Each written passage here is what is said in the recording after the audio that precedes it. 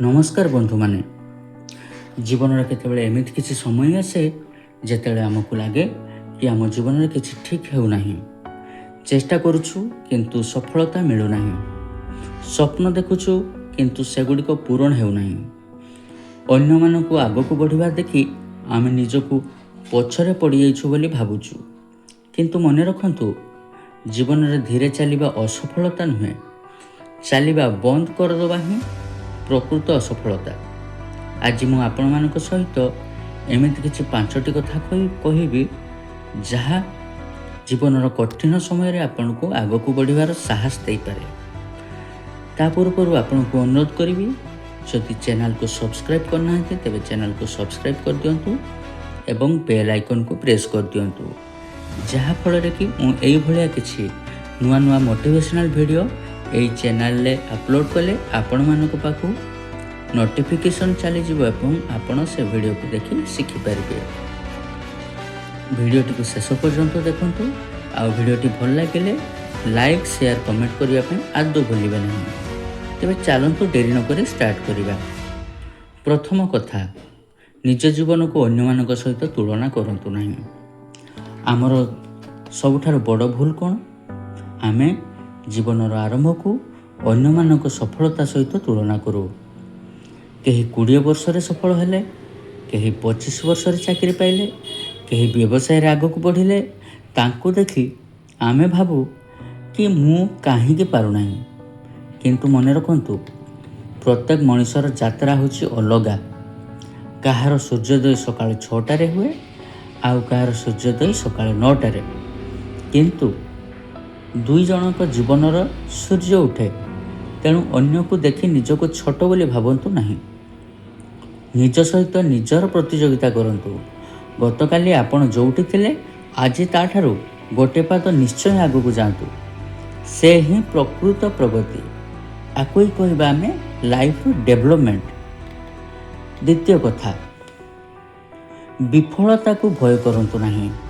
जदि आमे केतेबेले निजको विफल हो गले कौन कार्य आम लक्ष्य नहीं था किंतु से विफल हो से आम भय करवा उचित नुहे।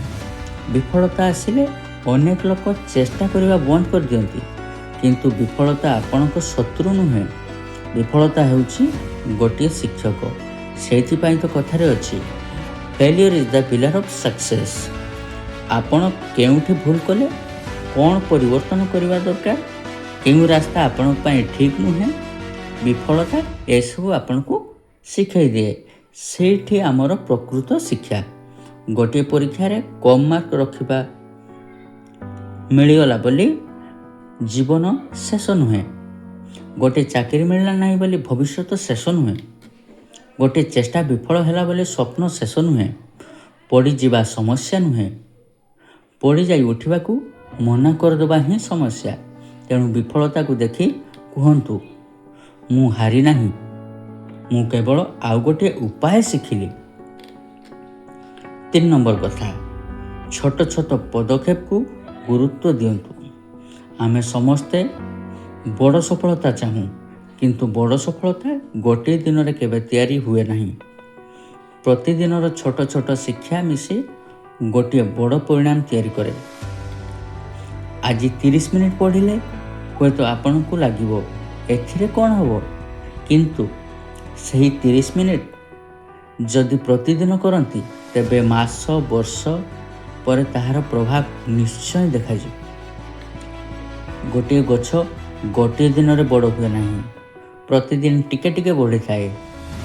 आपण जीवन मध्य सही परी। आज छोट पदक्षेप नियंतु, काली गोटे नुआ स्किल शिखंतु, गोटे भल बही पढ़ंतु, गोटे खराब अभ्यास कमांतु, गोटे भल अभ्यास आरंभ करंतु।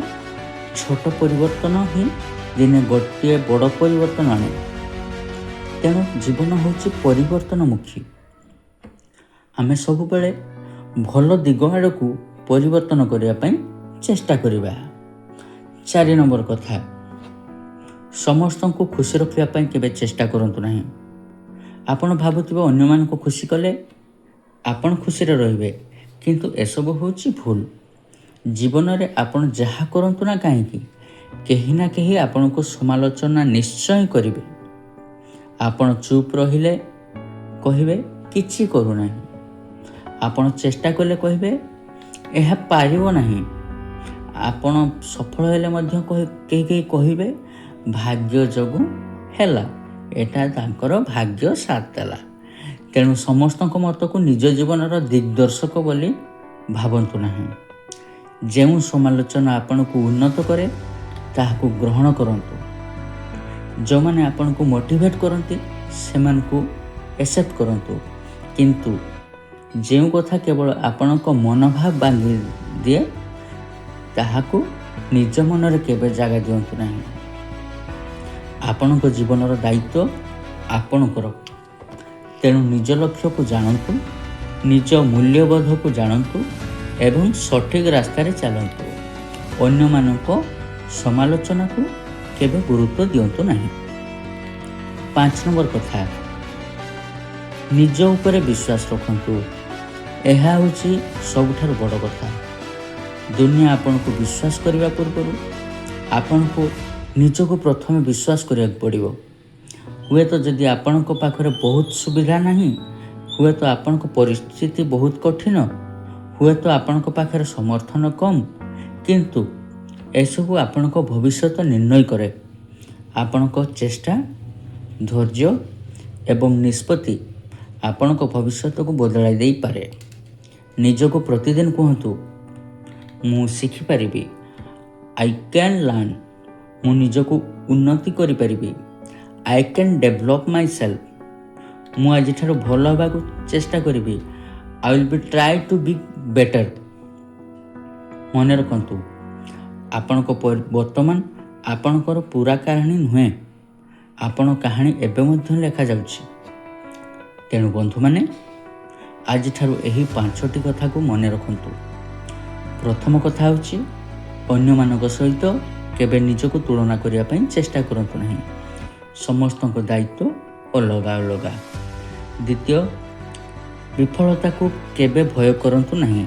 ଆପଣ ନିଶ୍ଚୟ ଆଗକୁ ଯାଇ ଚେଷ୍ଟା ଜାରି ରଖନ୍ତୁ, ନିଶ୍ଚିତ ସଫଳ ହେବେ। ତୃତୀୟ କଥା ହେଉଛି, ଛୋଟ ଛୋଟ ପଦକ୍ଷେପ ନିଅନ୍ତୁ। ଏଥିରେ ଆପଣ ନିଶ୍ଚିତ ଭାବରେ କିଛି ନା କିଛି ଗେନ୍ କରିପାରିବେ।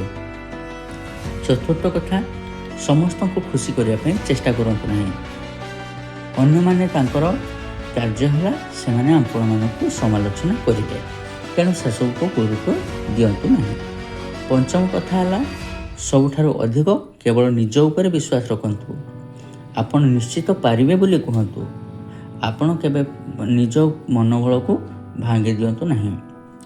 ହୁଏତ ଆପଣଙ୍କ ସଫଳତା ଆଜି ଆସିବ ନାହିଁ, ହୁଏତ ଆସନ୍ତା କାଲି ମଧ୍ୟ ନୁହେଁ, କିନ୍ତୁ ଯଦି ଆପଣ ଶିଖିଥିବେ, ଚେଷ୍ଟା କରୁଥିବେ, ଆଗକୁ ବଢ଼ୁଥିବେ, ତେବେ ଆପଣ ଆଜି ନିଶ୍ଚିତ ଭାବେ ଆପଣଙ୍କ ଗତକାଲି ଠାରୁ ଭଲ ହେବେ।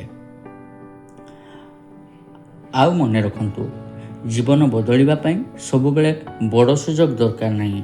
କେବେ କେବେ ଗୋଟିଏ ଛୋଟ ଛୋଟ ନିଷ୍ପତ୍ତି ହିଁ ଆପଣଙ୍କ ଜୀବନ ବଦଳିବା ପାଇଁ ଯଥେଷ୍ଟ ଅଟେ। ଧନ୍ୟବାଦ ଦର୍ଶକ ବନ୍ଧୁ। ଆଶା କରି ଭିଡ଼ିଓଟି ଭଲ ଲାଗିଥିବ। ଯଦି ଭିଡ଼ିଓଟି ଭଲ ଲାଗିଛି ଲାଇକ୍ କରିଦିଅନ୍ତୁ, ଅନ୍ୟମାନଙ୍କ ସହିତ ସେୟାର କରନ୍ତୁ। କୌଣସି ସୂଚନା ଦେବା ପାଇଁ ଚାହିଁଲେ ଆପଣ ନିଶ୍ଚିତ ଭାବରେ କମେଣ୍ଟ କରି ଆମକୁ ଜଣାନ୍ତୁ। ଧନ୍ୟବାଦ।